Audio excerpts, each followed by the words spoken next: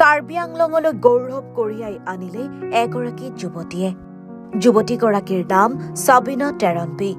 ভাৰতৰ ৰাষ্ট্ৰপতি দ্ৰৌপদী মুৰ্মুৰ হাতৰ পৰা 2023-24 বৰ্ষৰ ৰাষ্ট্ৰীয় হস্তশিল্প বঁটা লাভ কৰি সমগ্ৰ কাৰ্বি আংলং জিলালৈ গৌৰৱ কঢ়িয়াই আনিলে সাবিনা টেৰনপিয়ে।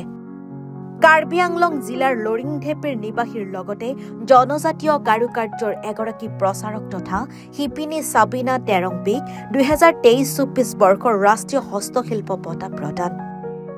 নতুন দিল্লীত ভাৰতৰ ৰাষ্ট্ৰপতি দ্ৰৌপদী মুৰ্মুৱে এই বঁটা প্ৰদান কৰে।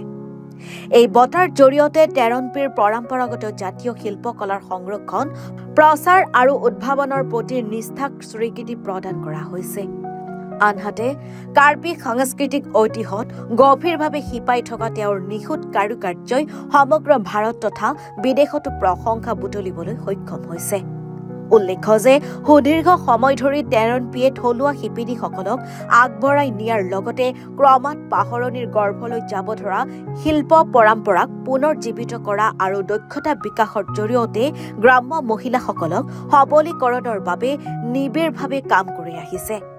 তেওঁৰ সৃষ্টিসমূহত প্ৰকাশ পাইছে থলুৱা পৰম্পৰা শৈলী, প্ৰাকৃতিক ৰং আৰু জটিল কাৰুকাৰ্য। ইয়াৰ উপৰি সাংস্কৃতিক গৌৰৱ আৰু বহনক্ষম কাৰুকাৰ্যৰো প্ৰতীক হৈ পৰিছে তেওঁৰ শিল্পকৰ্ম।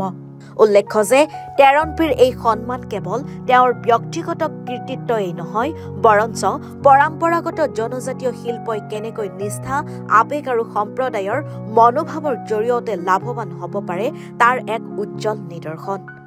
আনহাতে থলুৱা কাৰুকাৰ্যক ভৱিষ্যত প্ৰজন্মৰ বাবে আগবঢ়াই নিয়াৰ বাবে উৎসাহী যুৱ শিল্পীসকলৰ বাবেও তেওঁৰ এই যাত্ৰা এক প্ৰেৰণাৰ প্ৰতীক হৈ পৰিছে।